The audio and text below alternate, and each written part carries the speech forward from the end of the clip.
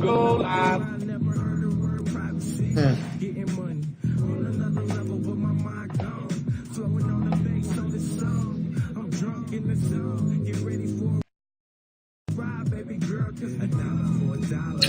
Yeah, whatever. We'll figure the day, I guess. Just wasted 8 minutes of perfectly good video.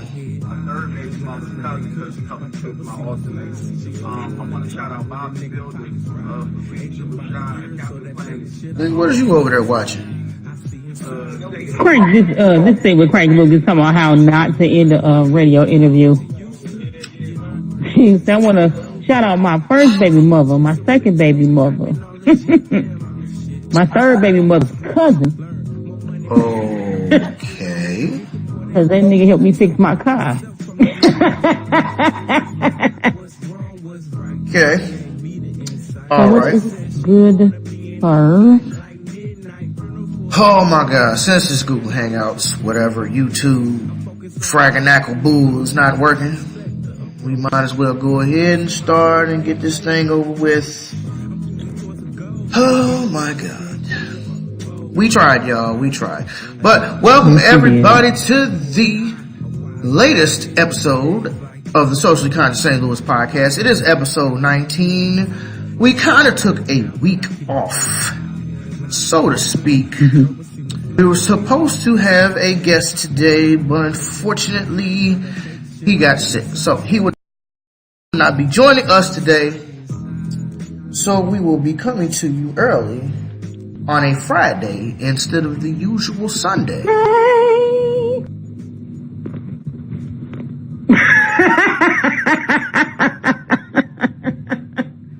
Anyways, I am your gracious host, Aquarius.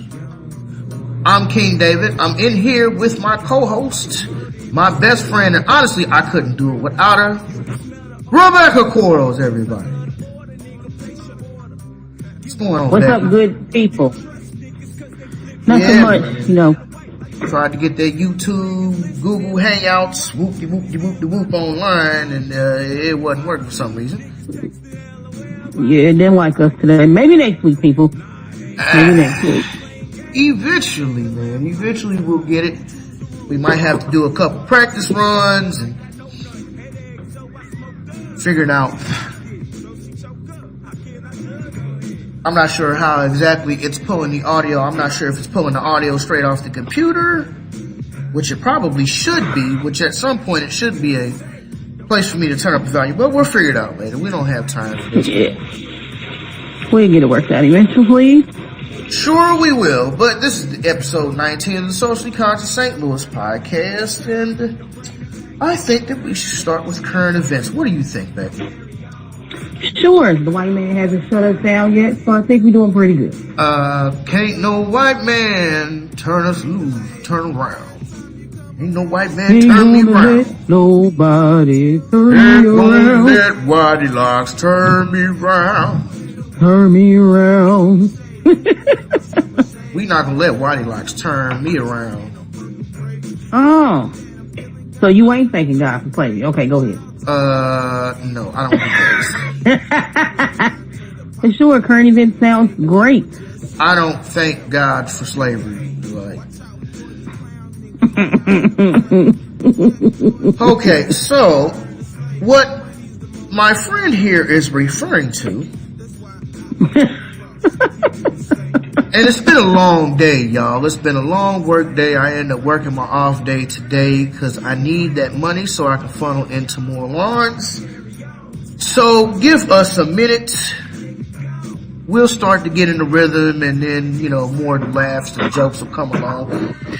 Kind of got to get warmed up here. But yes, what Rebecca was referring to, I was on the bus just a few days ago, and I was talking to Becky about this situation that I had with a with a friend of mine, and I can't necessarily say he's so much of a friend anymore.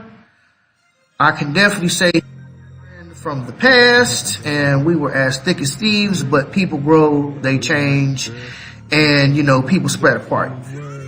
So, we'll kind of touch on that a little bit later. But, so I was on the phone with Rebecca, and we were talking about the conversation that me and my friend of old had, referring to workers versus owners. Mm-hmm. And I am a firm believer that most of your education will not come from you getting a debt certificate, a piece of debt paper that they call a degree. I'm not anti-degree, I'm not anti-college, but I mean, college is overrated. It is. That's why millennials are most educated, but yet they are, or I should say, we are the most unemployed. I'm not unemployed, but I didn't ever go to college either. So, we were having a discussion, and, you know, he kind of got offended because he's one of those college-educated Negroes or miseducated Negroes. And, you know, we kind of got into it. He's like, well, my job affords me $100,000 a year, and whoop-de-whoop-de-whoop-de-whoop-de-whoop. So anyways, if y'all have not listened to a St. Louis podcast before, me and Rebecca both have owner's mentalities. We don't have workers' mentalities. We have boss mentalities. Rebecca and I are the type of people who will be successful in the upcoming generation, because we are entering our third industrial revolution, basically. We are entering the age of robotics. Now, most of our jobs are either getting shipped overseas or they're being downsized because of robots are doing our jobs. So, in reality, aside from a few professions, college isn't going to get you anywhere. Like a debt certificate ain't going to get you anywhere. You know, it's going to be the creators and the programmers who are going to be successful in the upcoming generations. You know, you're going to have to be able to create something for yourself and your family, or you're going to have to be the one who either creates the robots or the one who programs the robots in order for you to be successful in this upcoming years. I'm trying to tell you, this is some real deal stuff here. Workers, the workforce is being downsized by a lot because robots are taking over. So I'm not anti-debt certificate, but I'm not necessarily a pro-debt certificate either, because, I mean, the same books that you get in college, I can buy online and read for myself. So I'm just saying that, so I'm just kind of setting the stage here so we can kind of understand where we're going. So I'm having a conversation about, you know, what we were just talking about. And I always say there's two types of people in the world. And depending on the conversation, those two types of people change. But I'm like, you know, there's two types of people in this world. There are those who own the bank, and there are those who work for the bank. You either own the company or you work for the company. Okay? So, part of ownership comes from shedding that slave mentality. Because in shedding that slave mentality, your mind switches from, oh, I can only work for a white man for 30 years and get a good job, to, well, hell, I can do this myself and do it better than a white man. Look at my ancestors. My ancestors in slavery and post-slavery, let's just say that our ancestors didn't know how to read, they didn't know how to write, they didn't know how to spell, most of them, except for the preacher and The preacher can only preach what the slave master allows him to preach.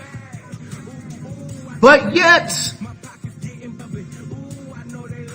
we seem to create a lot of inventions. So, despite the fact of us being illiterate, black people were never dumb. Never dumb. So, I was talking to Rebecca, and this dude was like, he had said something, he's like, man, thank God for slavery. I was like, what? Mm-hmm. Man, when dude, that nigga was like, oh, I thank God for, I leaned back in my, I was like, bruh.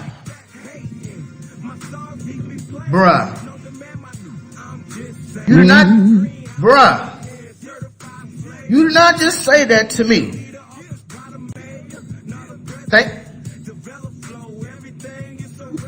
I was done after he said that Asians were smarter. Asians were the smartest people. I was done after that.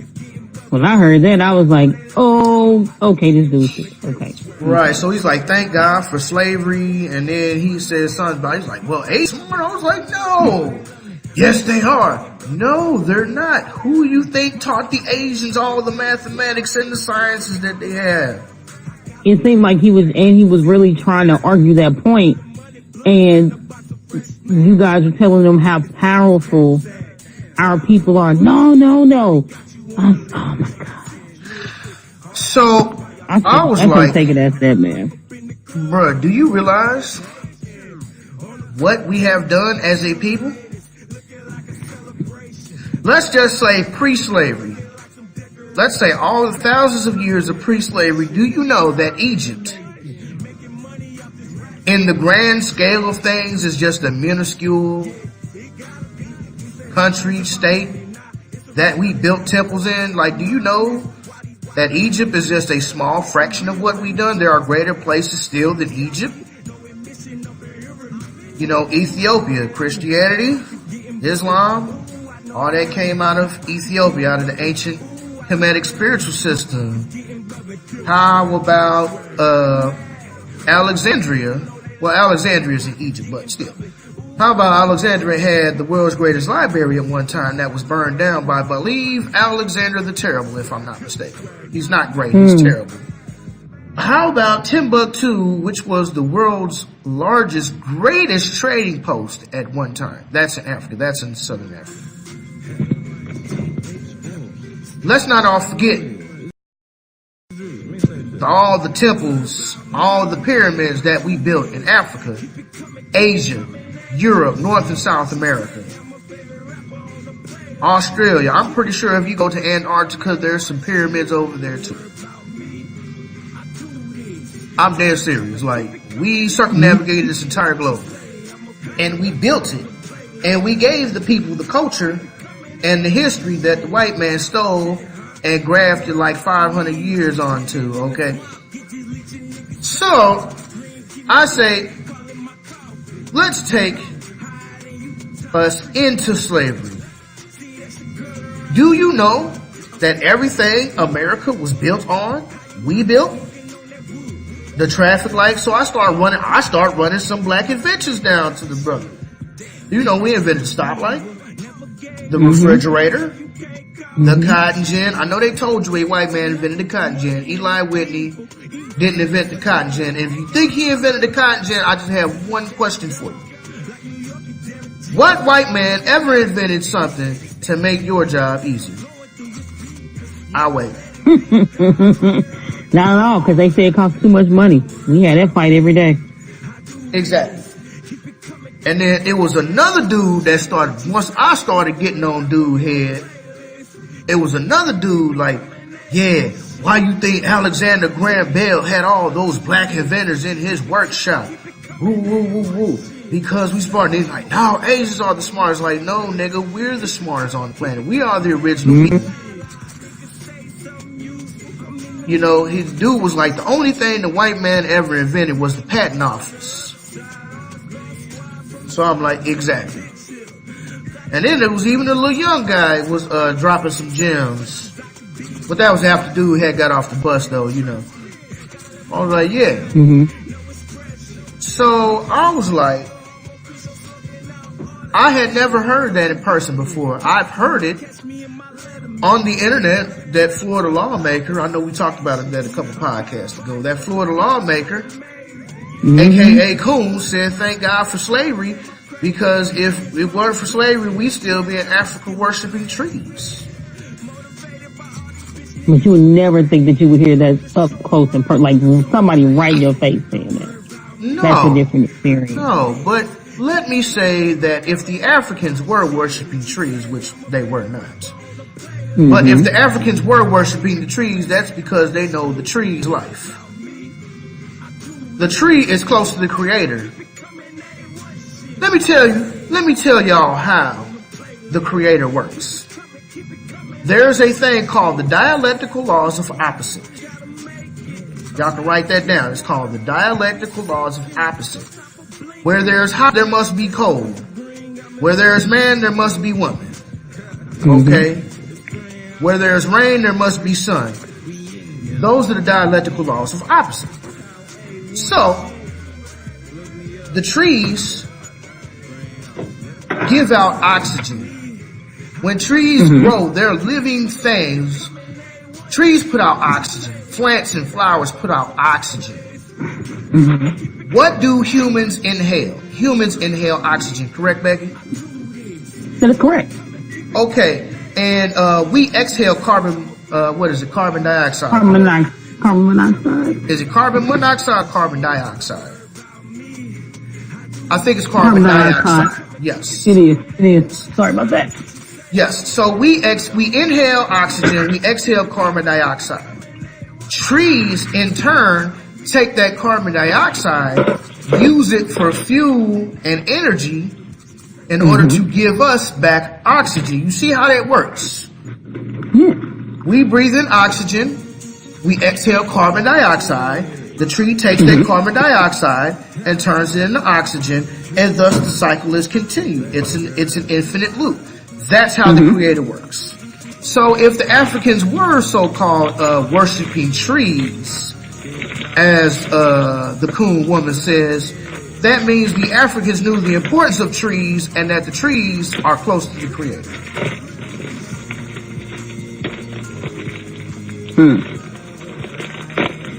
So I was like, wow, I can't believe I heard that from dude. But it is shocking. I mean, it is. It really is. I mean, even if you don't know anything about your ancestral history, why would anybody thank God for slavery? Like, that's absurd. Who would think? It's almost like who would think to say it? You know what I mean? Like, like how beaten and broken down is your spirit to say something like that? Yeah. And you can tell the brother has never done any type of studying, because with the proper environment, black people far excel every other race on this planet. Which, there's only one race, there's the human race. Let's just say skin color demographic. When black people are left to our own devices, we far surpass every other skin color demographic. That is a fact. We are the original. We came first. Nothing can be as good as the original. Now, a lot of people was upset with David Banner for making that comment when he said the the worst thing that happened to us was integration, and the best thing for us was segregation. Do you want to speak? And a lot of people called him, they were like, you are a separatist because of that. Which is kind of like what your friend was saying, or whoever was you. Was kind of saying, what he